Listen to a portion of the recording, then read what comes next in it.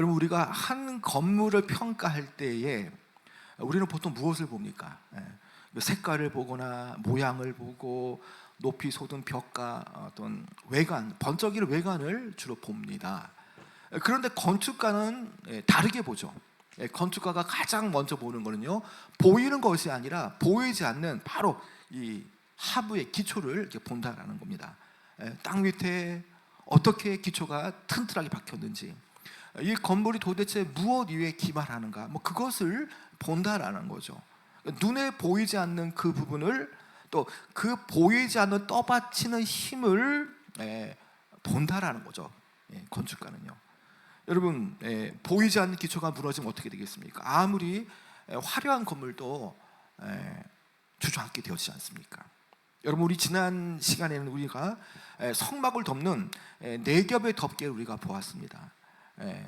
거친 안쪽부터 또 우리가 이 성막의 덮개를 보면서 들어올 때에 주님의 영광을 볼 수 있다고 했습니다. 오늘은 이 시선을 정반대로 둬야 되는데요, 오히려 보이지 않는 이 하부, 그 아래로부터 내려보는 것을 우리가 조금 주목하고자 합니다. 오늘 말씀은 이 거룩한 천막, 이 성막이 무엇 위에 서 있는가라는 거죠.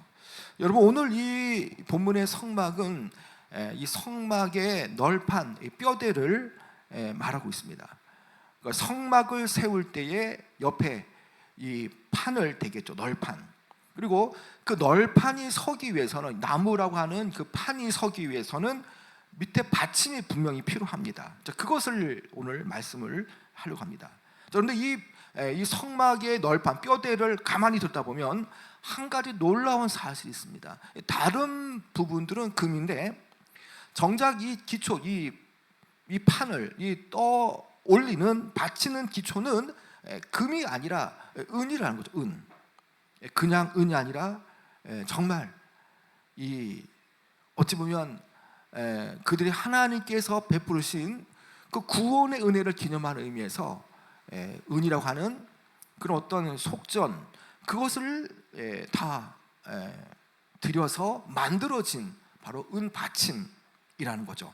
자, 먼저 그 내용이 19절에 있는데요, 여러분 19절 말씀을 볼까요? 19절. 자, 시작. 스무 널판 아래에 은받침 40개를 만들지니 이쪽 널판 아래에도 그 두 촉을 위하여 두 받침을 만들고 저쪽 널판 아래에도 그 두 촉을 위하여 두 받침을 만들지며. 자, 여기 보면요, 자, 이 그림 1번 보면은 이 성막의 널판이 보일 겁니다. 그림 1번을 보면, 자, 이 스무 널판 아래에 은받침을 만들지니라고 말하죠. 그러니까 성막이 이렇게 양 사이드로 이렇게 벽처럼 이렇게 널판이 이렇게 있습니다. 나무로 이렇게 다 덧댄 거죠. 근데 여기에 이 구조가, 뼈대가 세워지기 위해는 밑에 하부에 이 구조가 필요합니다. 세우는 구조. 이게 뭐냐? 이 은받침이라는 거죠. 은받침. 그 널판을 받치는 이 뼈대, 이 나무 널판을 지탱하고 이걸 유지시키는 이 은받침이 96개. 그리고 중간에 여러분 보이겠지만 성소와 지성소 사이에 거기도 기둥이 있지 않습니까? 거기를 받침을 은을 또 대어서 4개를 더합니다. 총 몇 개가 됩니까? 총 100개가 됩니다. 100개가. 그러니까 이 받침의 무게에 대해서는 이제 우리가 다음에 보게 되겠지만, 출애굽기 38장 27절에 보면요, 이 한 달란트라고 말하죠. 한 달란트. 약 34kg, 꽤 무거운 그런 무게의 은이 여기에 동원된다는 거죠. 그러니까 100개를 합하면은 은이 100달란트가 된다는 아주 어마어마한 양이죠. 여기서 이 성막, 이 벽은 나무로 만들어서 금을 입혔습니다. 그러니까 지금 이 성막의 벽을 보면은 다 금으로 이렇게 요새 덮여진 겁니다.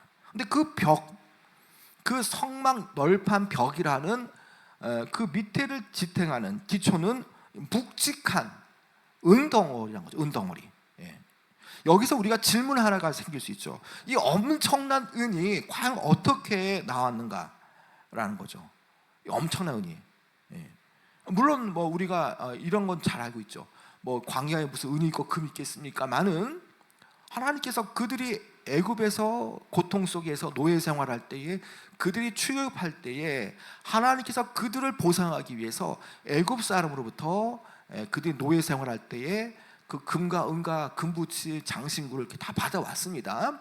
그런 것들이 있었기 때문에 광야에서 뭐 금을 캐고 은을 캐고 채고라고 그게 아닙니다. 가진 것을 가지고 주님께 드린다는 거죠. 근데 여기에 그 은에 대해서 이 출애굽기 30장과 38장 이렇게 말씀하죠. 이 은에 대해서는 이스라엘의 인구를 계수할 때에 이스라엘 백성이 바친 이 생명의 속전이라고 말합니다. 생명의 속전.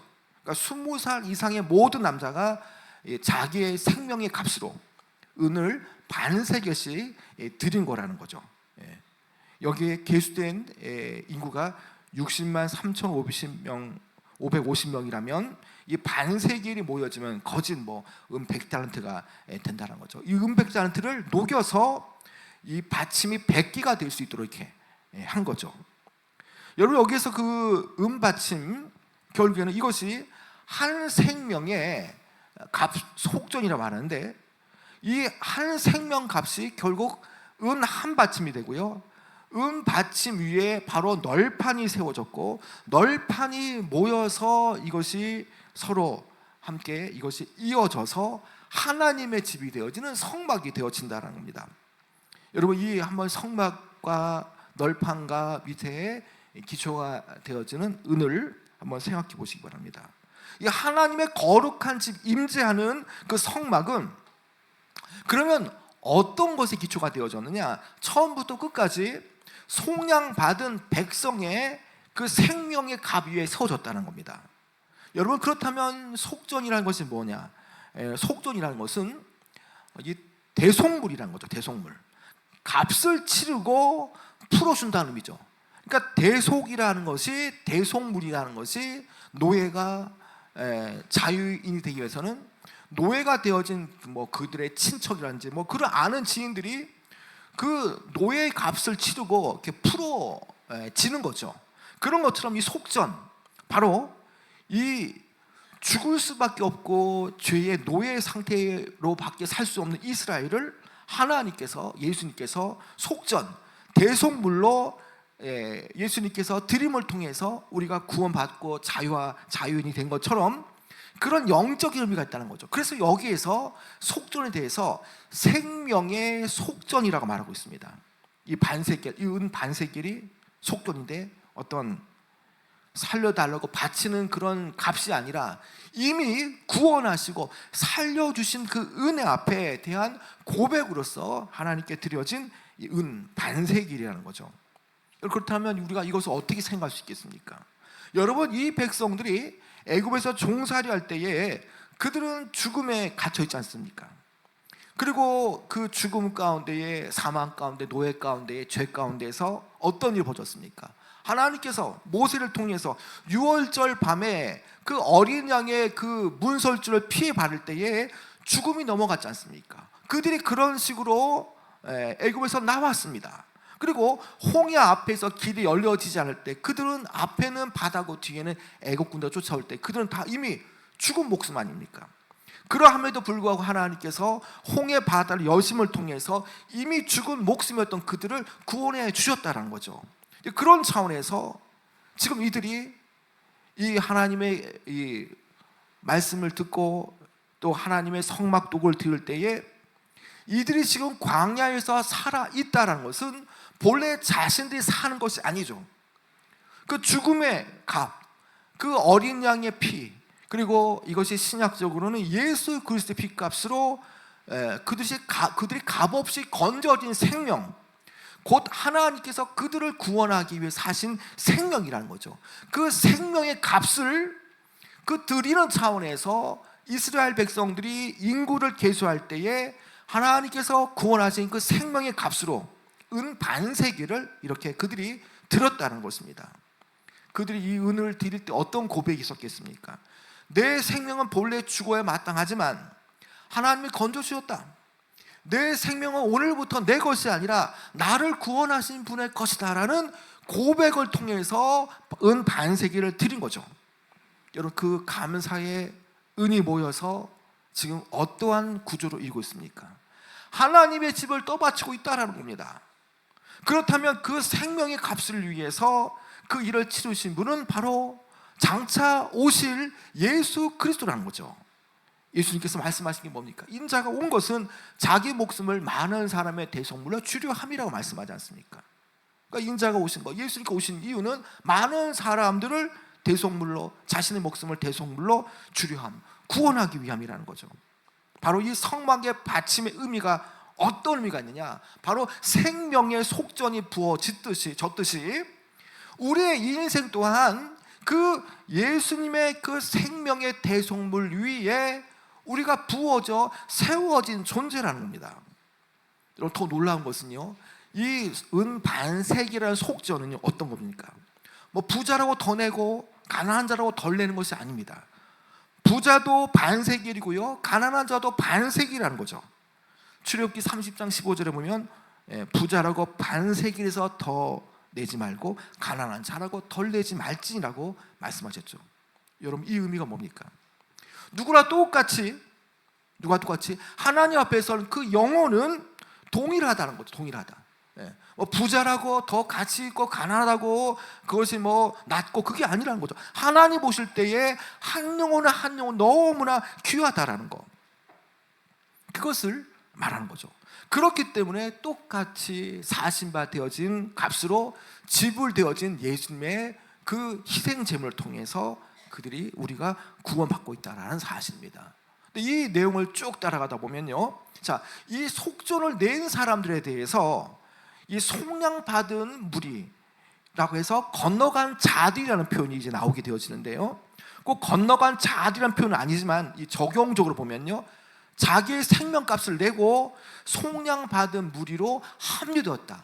이거 다시 말하면 이 속전을 드리면서 생명값을 지불하면서 속량받은 무리로 건너왔다라는 표현으로 건너간 자리라는 표현이 나오게 되어집니다. 여러분 지금 이스라엘에서 지금 중요한 게 뭡니까? 이스라엘 사람이 중요한 게 아니라 구속받았다는 자체가 너무나 중요하다는 거죠. 오늘 저와 여러분이 똑같은 질문이 있습니다. 교회에 오래 다녔느냐, 뭐 그리스도인이 되었다, 그게 중요한 게 아니라 정말 내가 주님의 보혈로 값주고 사신바 되어진 사람이라는 것을 깨닫는 게 너무나 중요하다는 거죠. 여러분 한 분 한 분이 예수님의 그 값으로, 희생값으로, 피값으로 산 그 구원을 받은 존귀한 자라는 것입니다. 여러분 이 사실 얼마나 귀한 것입니까? 여러분 다시 한번 이 말씀을 우리가 계속 따라가다 보면요, 이제 하나님의 집은요, 그 밑에 보이지 않는 속전의 은 위에 섰고요, 그 은이라는 것은 값주고 생명의 값이 되었다는 거죠.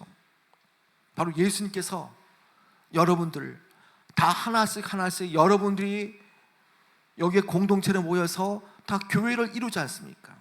여러분 한 분 한 분이 다 예수님께서 값으로 지불하신 생명의 값인데, 여러분이 모여서 이루어진 게 바로 뭡니까?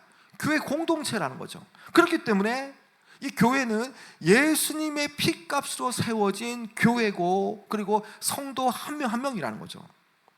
여러분 이 의미를 우리가 생각할 때에 주님의 그 구속의 은혜로, 주님의 그 보배로운 피로 우리가 이 자리에 서 있고 우리가 구원받는 공동체의 일원이 있다는 사실 우리는 깨달아야 되는 것입니다. 여러분 그런데 여기에 이 100개의 이 은 받침이 어디에 있습니까? 자, 건물을 보면요, 여러분 이 여기에서 보면은 사실은 여기에 그 모래바람이 불고 또 먼지가 쌓이기 때문에 사실은 광야에 이 성막 가운데 이 밑에 있는 제일 그 하중을 바치는 은 받침은 사실은 잘 안 보입니다.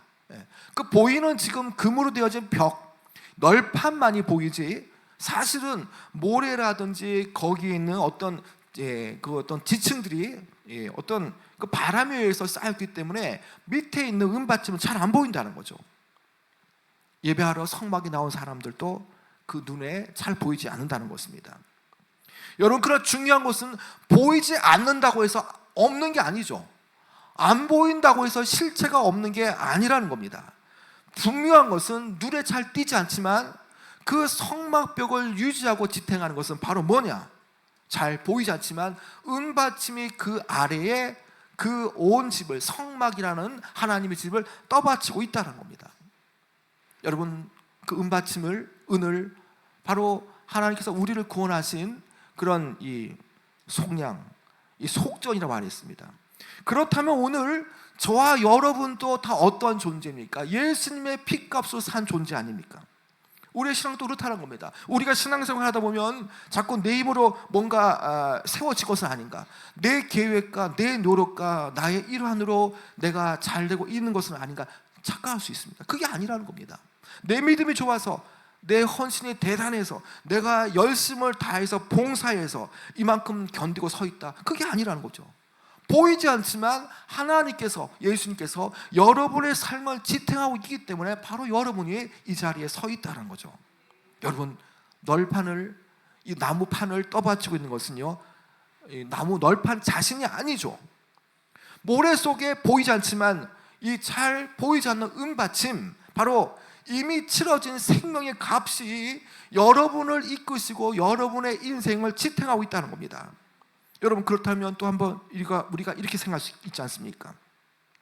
우리가 넘어지지 않는 것도 뭐 우리의 의지가 강인해서 그런 것이 아니라, 바로 우리가 넘어지지 않고 내 자녀들이 멀리 있지만 그러나 하나님께서 계속적으로 이끄시는 이유가 뭡니까? 그것은 바로 2000년 전에 갈보리에서 치르신 그 보이지 않는 그 이 구조 밑에 떠받치고 있는 바로 예수님의 피값이 바로 우리의 인생을, 우리의 가정을, 내 자녀를 이끌고 지탱하고 떠받치고 있기 때문에 가능하다는 거죠. 여러분, 우리가 감정에 서 있다면, 우리가 뭔가 감정적으로 신앙생활을 한다면 그 감정이 식는 날에는 우리의 신앙도 무너지기 마련입니다. 내가 하나님의 어떤 사랑을 가지고 하는 것이 아니라 어떤 내 직분과 내 어떤 헌신으로 한다면 내 헌신이 지치는 날에는 다 무너지고 말지 않습니까? 그러나 그렇지 않다라는 겁니다. 보이지 않지만, 그 모래 속 깊이에서 안 보이지만 내가 흔들려도 흔들리지 않는 이유가 있습니다. 그것은 바로 보이지 않지만 그 보이지 않는 면면에서 역사하시고 이끄시고 주관하시는 언약의 하나님, 바로 예수 그리스도께서 우리의 삶을 이끄시고 지탱하기 때문에 우리는 절망하거나 넘어지지 않는 것이죠. 여러분, 바로 이것은 거저받은 은혜 아닙니까? 우리가 구원받은 것도 예수님의 그 피값 은혜 아닙니까? 그렇기 때문에 거저받은 은혜 위에 우리에게 주어진 구속의 그 은받침, 우리가 이것을 날마다 생각하면서 이 은받침이라는 의미를 우리가 알아야 되는 것입니다. 여러분, 이제 이 은받침 위에 세워진 널판을 좀 보려고 하는데요. 여러분, 그림이를 한번 볼까요? 그림이를 보시면서, 자, 여러분, 우리 15절, 우리 16절 말씀 같이 한번 읽어볼까요? 자, 15절 16절, 자, 시작. 너는 조각목으로 성막을 위하여 널판을 만들어 세우되 각 판의 길이는 10규빗, 너비는 1규빗 반으로 하고. 자, 여기 보면 이 하나의 널판, 이 그림에 잘 나와 있습니다. 하나의 널판의 길이가 10규빗입니다. 이게 사람의 키에 2배를 넘는 겁니다. 약 4m 50입니다. 그런 널판이 모두 48개가 되어 있습니다. 근데 여기에 보면은, 자, 15절에, 자, 이 재료, 이 널판의 재료가 뭡니까? 15절에 보면, 그렇죠, 조각목입니다. 조각목. 아주 광야에서 흔히 볼 수 있는 아카시아 나무, 시띠나무. 아카시아 나무로 뭘 할 수 있겠습니까? 뭐 가구를 제작할 수 있겠습니까? 뭐 아카시아 나무로 땔감을 쓸 수 있습니까? 그냥 아주 참 쓰기 힘든 그런 나무입니다. 그런데 이 백향목 같은 귀한 나무로 이 여기에 그 널판을 만드는 것이 아니라 정말 보잘것없는 이 시트나무, 아카시아 나무, 이 조각목으로 광야에서 볼 수 있고 아주 거칠고 평범한 나무를 가지고 이 나무를 재료로 쓰지 않습니까? 그리고 29절에 보면요, 이 평범한 나무 위에 뭘 씌웁니까? 여러분, 29절 한번 읽어볼까요? 29절, 자, 시작. 그 널판들을 금으로 싸고 그 널판들의 띠를 꿰 금고리를 만들고 그 띠를 금으로 싸라. 자, 이 평범하고 보잘것없는 그 조각목 위에 뭘 씌운다고 합니까? 그렇죠, 금으로 싼다는 겁니다. 금으로. 여러분, 광야에 흔한 나무, 좀 보잘것없는 그 나무에 금을 입히라 하는 거죠. 예. 여러분, 이것이 우리가 지성소에 봤던 법궤와 똑같은 구조 아닙니까? 평범한 조각목, 보잘것없는 조각목을 뭘 말합니까? 바로 예수 그리스도의 인성을 말하지 않습니까? 정말 모형도 용모도 뛰어나지 않으시고 오실 때 정말 보잘것없는 모습으로 오셨던 그 예수님, 말구이로 오셨고 또 목수의 아들로 오셨던 그 예수님, 이 보잘것없는 이 조각목은 바로 예수 그리스도의 인성을 말하지 않습니까? 그 금은 뭘 말합니까? 금은 뭘 말합니까? 금은요? 금은 바로 그분의 신성을 말하지 않습니까? 거룩하시고 의롭시고 죄가 없으신 분. 그러니까 이 금이라는 것이 이 조각목과 하나로 밀착이 되어서 하나로 붙어 있는 거죠. 그러나 중요한 것은 금은 금이고 나무는 끝까지 나무입니다. 이것이 금으로 칠해져 있지만 분명하게 이 재료, 이 머티리얼은 다르지 않습니까? 여러분, 이것을 뭘 말합니까? 다 예수 그리스도를 말하거든요. 여러분, 갈릴리 바다 풍랑 속에서 예수님께서 제자들이 다 죽여졌다고 예수님을 깨울 때 예수님 너무나 피곤하셨습니다. 여러분, 왜 피곤하셨습니까? 참은 사람으로 오셨기 때문에 예수님도 피곤함을 아시는 거죠. 그런데 제자들이 죽게 되었습니다 라고 예수님을 흔들 깨울 때 어떻게 말씀합니까? 예수님께서 그 바다에게 잠잠하라 말씀할 때에 바다를 잠재우지 않습니까? 자연을 복속시키고 그 자연을 무력화할 수 있는 것도 참 하나님이신 분만이 가능한 거죠. 이것을 뭘 말합니까? 예수님의 인성과 그 사건 속에서 동시에 예수님의 신성을 바로 볼 수 있다는 거죠. 여러분, 그렇다는 겁니다. 여기 있는 널판을 볼 때에도 바로 이 예수 그리스도의 인성과 신성을 볼 수 있다는 거죠. 제가 한번 질문해 보겠습니다. 자, 성막을 쭉 따라가 보면 어떤 걸 볼 수 있다고요? 다 예수 그리스도입니다. 그 성막은 다 예수 그리스도를 다 예표했다는 거죠. 여러분, 그 평범한 나무 위에 입혀진 금, 그것이 바로 먼저는 우리 주님이라는 것입니다. 여러분, 이 내용에 대해 성경학자들은 금을 입히고 곧게 세워진 널판, 이거를 하나씩 보면서 어떻게 이것을 또한 해석하느냐. 자, 이것이 널판이 하나가 아닙니다. 이것이 꽤 많이 있어서 이것이 연하여 붙었지 않습니까? 이것은 또 어떻게 이해가 되느냐. 자, 그리스도로 옷 입고 선 우리 한 사람 한 사람의 성도라고 또 해석이 되어지죠. 여러분, 중요한 사실은 이것입니다. 조각목 같은 평범한 그 한 영혼이 금으로 입혀져서 거룩한 널판이 된다는 거죠. 우리는 부족하고 연약하지만 우리 한 명 한 명이 다 연합이 되어서 그리스도와 연합이 된다는 거죠. 여러분, 그 빛나는 널판조차도 결국 뭡니까? 자기 힘을 서는 게 아니지 않습니까? 그 널판의 밑둥에는 뭐가 있습니까? 아까 말한 속전의 은이 있다라는 거죠.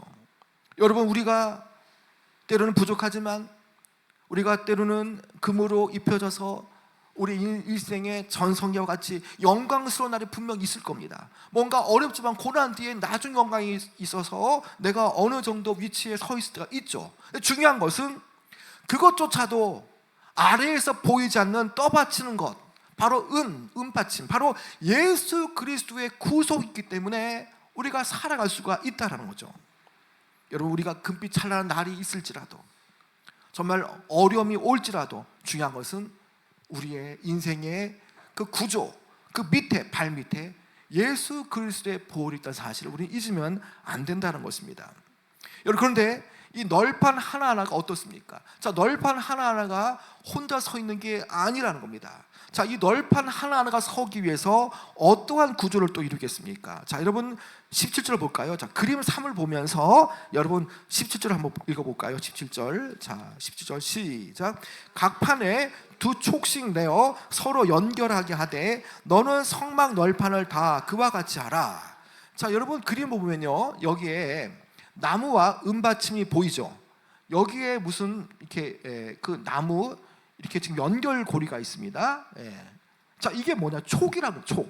널판 아래와 여기에 은받침의 연결, 이 돌출되어진 두 개의 촉이 있다는 거죠.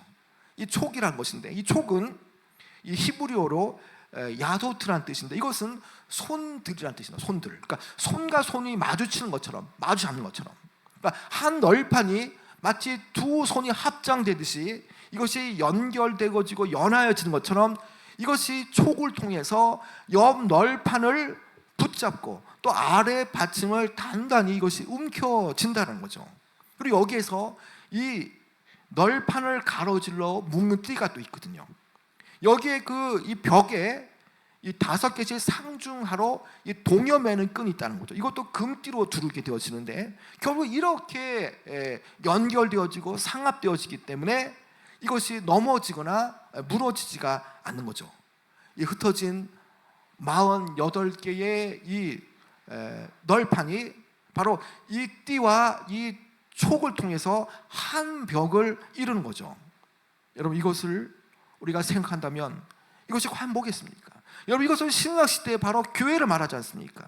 우리 성도가 다 다르지만 주 안에서 연합이 되어졌고 우리가 다 손에 맞잡고 한 줄의 띠에 함께 꿰어져서 하나님의 성전, 주님의 몸된 교회를 이루어간다는 거죠. 그래서 에베소서 2장 21절에 어떻게 말합니까? 에베소서 2장 21절에 그의 안에서 건물마다 서로 연결하여 주 안에서 성전이 되어가고, 자, 이 건물마다 성전이 되어가는데 이것이 완성이 아닙니다. 계속 교회는 진행 중이죠. 미완성이지만 공사 중입니다. 공사. 어떤 식으로요? 그 안에서, 예수님 안에서 건물마다 이런 기초 구조들이 연합되고 연결되어서 어떻게 해요? 주 안에서 성전이 되어 간다라는 거죠. 여러분, 그렇기 때문에 우리 이것을 분명히 기억해야 됩니다.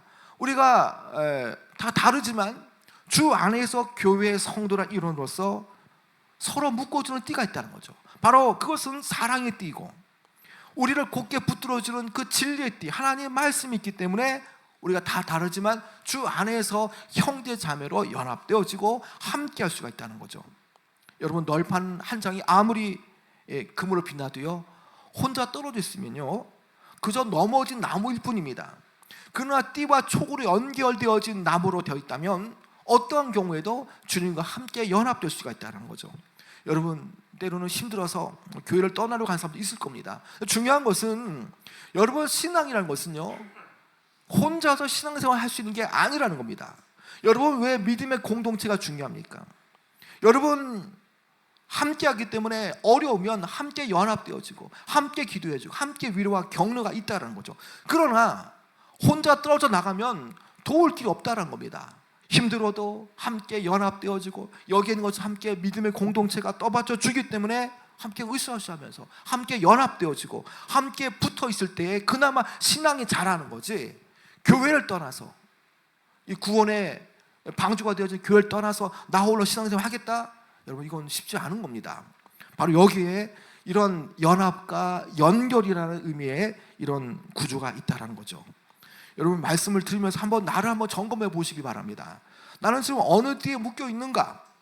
나는 정말 어느 셀에 묶여 있고 나는 어느 사역팀에 소속되어서 주의를 하는가? 나는 정말 이 기도 모임에 함께하고 있는가? 나는 정말 이 성도들과 함께 묶여 있는가? 이런 부분을 우리가 고민하면서 생각해 봐야 되죠.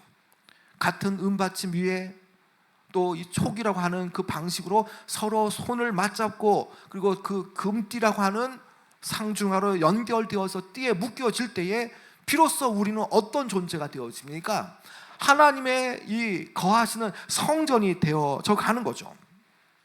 여러분, 여기서 또 이제 놓치기 쉬운 아주 디테일한 모습을 볼 수 있는데요. 자, 여러분 23절과 24절 한번 읽어볼까요? 자, 그림은 계속 보시고요. 자, 23절 24절 한번 읽어볼까요? 자, 23절 24절 자, 같이 읽어보겠습니다. 시작. 성막뒤 두 모퉁이 쪽을 위하여는 널판 2개를 만들 때 아래에서부터 위까지 각기 2겹 두께로 하여 윗꼬리에 이르게 하고 두 모퉁이 쪽을 다 그리하며. 여러분, 이 부분을 조금 더 잘 이해하기 위해서 그림 위를 한번 볼까요? 그림 위를요. 그림 위를 보면서 좀 보시면 될 것 같은데요. 자, 여기에 보면요, 이 성막 뒤쪽, 이거 보이는 쪽에 가까운 곳은 앞쪽이라고 보면요, 뒤쪽이 분명히 있죠. 뒤쪽 모퉁이를, 모퉁이라면 코너입니다. 코너. 이 코너 모퉁이를 어떻게 한다고요? 널판 하나를 더 떼어서 아래와 위까지 2겹으로 두껍게 만들었다는 거죠. 저 그림에서 잘 안 보이지만 그 뒤쪽에 두 모퉁이는 오히려 널판 하나를 더 덧대어서 위에서 아래까지 두 겹으로, 오히려 앞에 것보다 더 뒤에 있는 것들은 두 겹으로 더 두껍게 만들라 하셨던 거죠. 여러분, 왜 하필 모퉁이가 되겠습니까? 여러분, 모퉁이 모서리는요, 두 벽이 만나 양쪽에서 동시에 힘을 받는 곳 아닙니까? 아주 구조적으로 약한 자리가 모퉁이 모서리입니다. 그런데 입구는 동쪽이고 그 뒤편은 서편, 모퉁이는 어떻습니까? 사람이 잘 못 보는 곳이죠. 사람의 눈이 잘 닿지 않는 곳입니다. 그런데 그 어둡고 잘 보이지 않는 곳에 하나님은 가장 약하고 가장 안 보이는 그 자리, 그 지점에 어떻게 하라고 말씀하십니까? 가장 두껍게 보강하라고 말씀하지 않습니까? 여러분, 바로 여기에 깊은 위로가 있습니다. 여러분, 건물의 가장 약한 모서리, 그것까지도 아주 세심히 챙기시고 돌보시는 우리 하나님이라는 것을 우리가 알 수 있죠. 여러분, 이렇게 성막도 가장 힘이 없게 보여지는 그 지점, 사람이 볼 수 없는, 눈이 닿지 않는 가장 그런 부분도 하나님께서 아주 세심하게 두껍게 보강하시는 것을 볼 때에 하물며 우리의 인생 가운데 하나님 얼마나 역사하시는 거 우리는 볼 수 있어야 되는 겁니다. 여러분, 하나님은요, 우리 약한 부분을 아시죠? 우리 약한 부분을 아시고 아주 세심하게 챙기시는 분이라는 겁니다. 여러분, 어떻게 우리가 어렵지만 어떻게 이 연약한 자녀들을 모른 채 할 수 있다라고 우리가 하나님을 이렇게 말할 수 있겠습니까?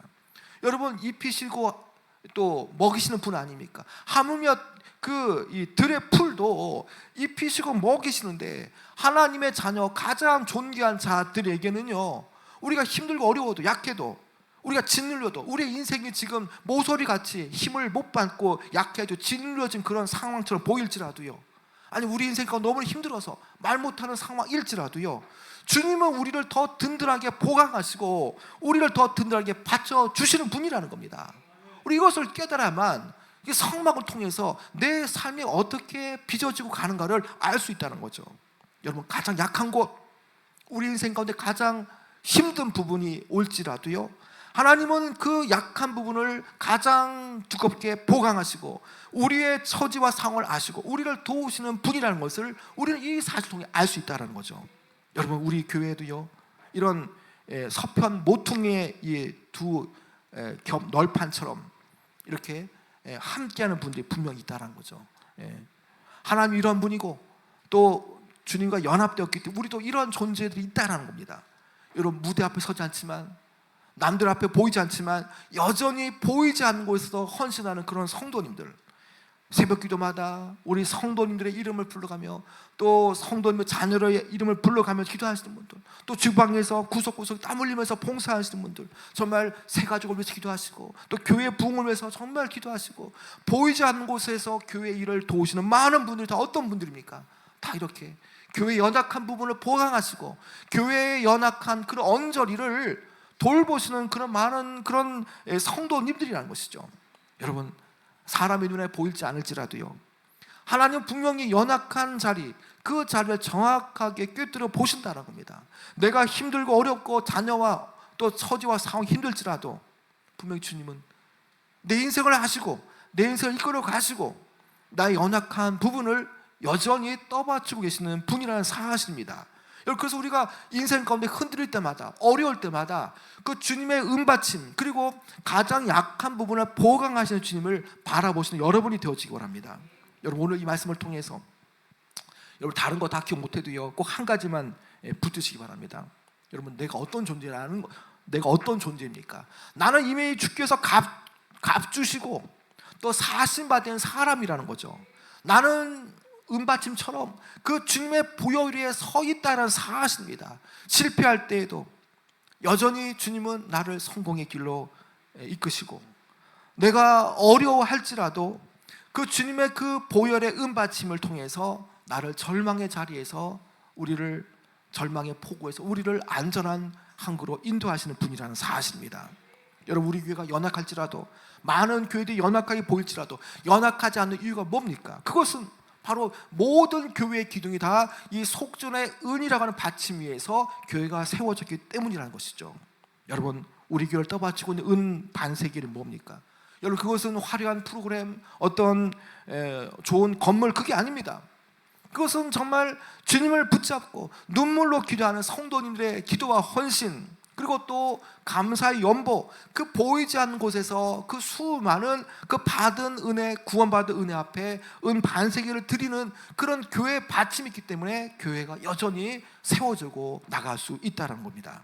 여러분, 이 말씀을 꼭 붙잡으시기 바랍니다. 여러분, 이제 말씀 몇 줄 할 텐데요, 여러분, 광야에서 보면요, 정말 금으로 빛나는 이 성벽, 성막의 벽, 널판이 곧게 서 있습니다. 그러나 그 화려한 이 널판, 금으로 도금되어진 이 널판을 떠받치고 있는 것은 모래 속에 보이지 않는 100개의 은 받침이라는 겁니다. 여러분, 그 은은 뭡니까? 하나님께서, 예수님께서 우리의 값을 지불해서 주님의 그 죽으심이나 피값을 통해서 우리를 속량하고 구원하신 하나님의 생명의 값이라는 거죠. 여러분, 그 값을 치른 자들이 다 여러분들이고요, 여러분 모두 한 분 한 분이 다 예수님의 피값을 하신 고귀한 분들이라는 거죠.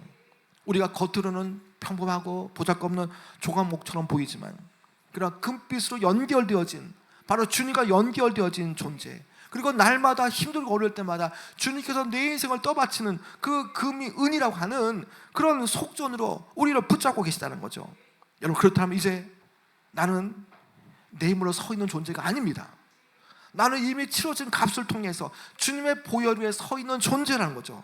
그 보이지 않는 곳에서 그분의 은, 그 보혈의 속전, 그 기반 위에 내가 서 있고, 우리 교회가 서 있고, 이 민족이 서 있고, 우리 가정이 서 있다는 사실을 깨닫고요, 오늘 이 말씀 안에서 우리가 주님의 은혜가 얼마나 큰가를 깨닫고 날마다 주의 은혜 안에 내가 보강되어지고 주님의 은혜 안에 내가 서 있다는 사실을 깨닫고 믿음으로 달려가시는 귀한 여러분 되어지길 축원합니다.